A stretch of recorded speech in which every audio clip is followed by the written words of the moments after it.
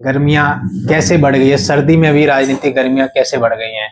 चाहे पार्लियामेंट की बात हो, चाहे दिल्ली असेंबली की बात हो। पार्लियामेंट में भी शीतकालीन सत्र चल रहा है, विपक्ष पूरी तरह से हमलावर है सत्ता पक्ष पर।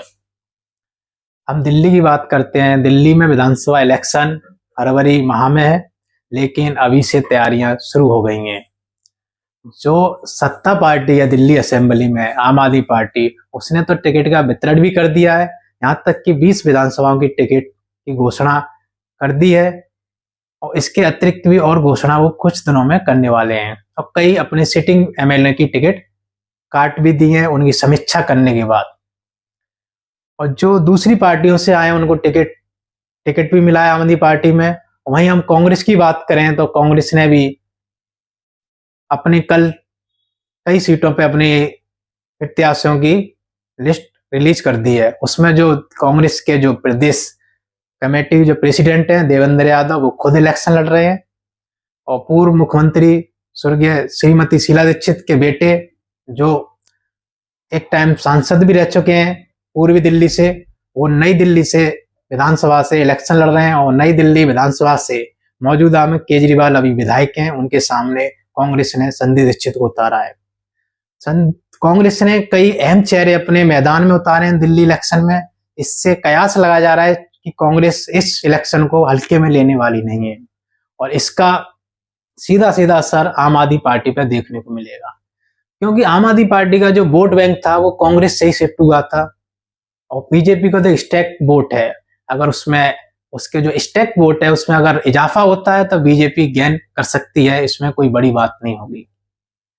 और बीजेपी भी अंदर ही अंदर अपनी बहुत बड़े पैमाने पर अपना एक इलेक्शन कैंपेनिंग उसने भी शुरू कर दिया है। जो उसने अभी जो इलेक्शन हुआ था 2024 में लोकसभा का, उसमें जो अपने मौजूदा सांसदों की जो टिकट काटी थी, उनको सबको जो चर्चित चेहरे थे, जिसमें परवेश वर्मा है, रमेश भदौड़ी है, बाकी अन्य और भी हैं, उन सबको विधानसभा में उतारने की तैयारी चल रही है।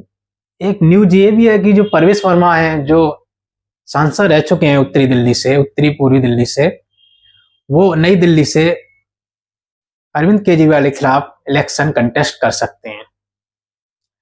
अब देखना ये होगा कि जब फरवरी में इलेक्शन डेट जब इलेक्शन कमीशन के द्वारा डिक्लेयर हो जाएंगी, तो देखते हैं दिल्ली का किस तरह से राजनीति रंग बनता है। क्योंकि अभी तो जितनी भी जो कांग्रेस है या बीजेपी है, इसके शीर्ष नेतृत्व जो भी अभी इलेक्शन कैंपेनिंग में उतरा नहीं है। जब डेट क्लियर हो जाएगी उसके बाद बीजेपी का इलेक्शन कैंपेनिंग शुरू होगा बड़े पैमाने पर। तो उसमें देखना होगा कि केजरीवाल जी के पास जो आम आदमी पार्टी, इस पर क्या कटाक्ष रहेगा बीजेपी के, जो एक बड़े पैमाने जो कैंपेनिंग शुरू होगा, या कांग्रेस का शुरू होगा।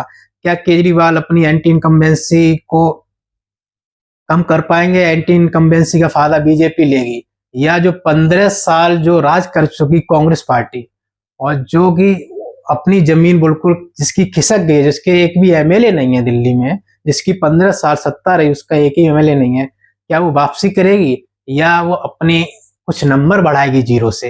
ये देखना होगा। आप हमारे साथ बने रहिए इस चर्चा के साथ।